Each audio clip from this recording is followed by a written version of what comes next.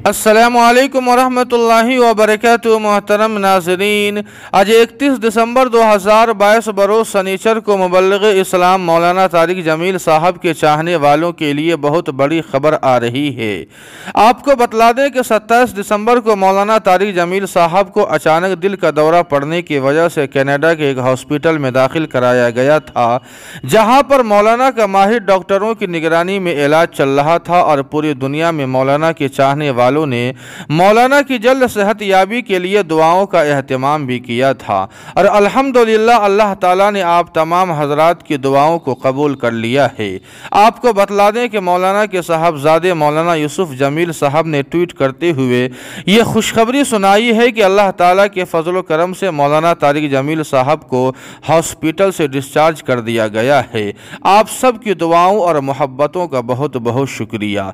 नाज़रीन किराम, आपसे गुजारिश है कि मौलाना के मज़ीद सेहत याबी के लिए दुआ फरमाए कि अल्लाह पाक मौलाना को सेहत कामिला आजिला मुस्तमिर्रा और दाइमा अता फरमाए। आमीन सुम्मा आमीन या रब्बल आलमीन। जी हाँ नाज़रीन किराम, आपसे गुजारिश है कि मौलाना की जल्द सेहत याबी के लिए एक प्यारा सा दुआइया जुमला ज़रूर कमेंट करें, वीडियो को लाइक और शेयर कर दे और कासमी जीके को सब्सक्राइब करना न भूलें। वस्सलामु अलैकुम वरहमतुल्लाह।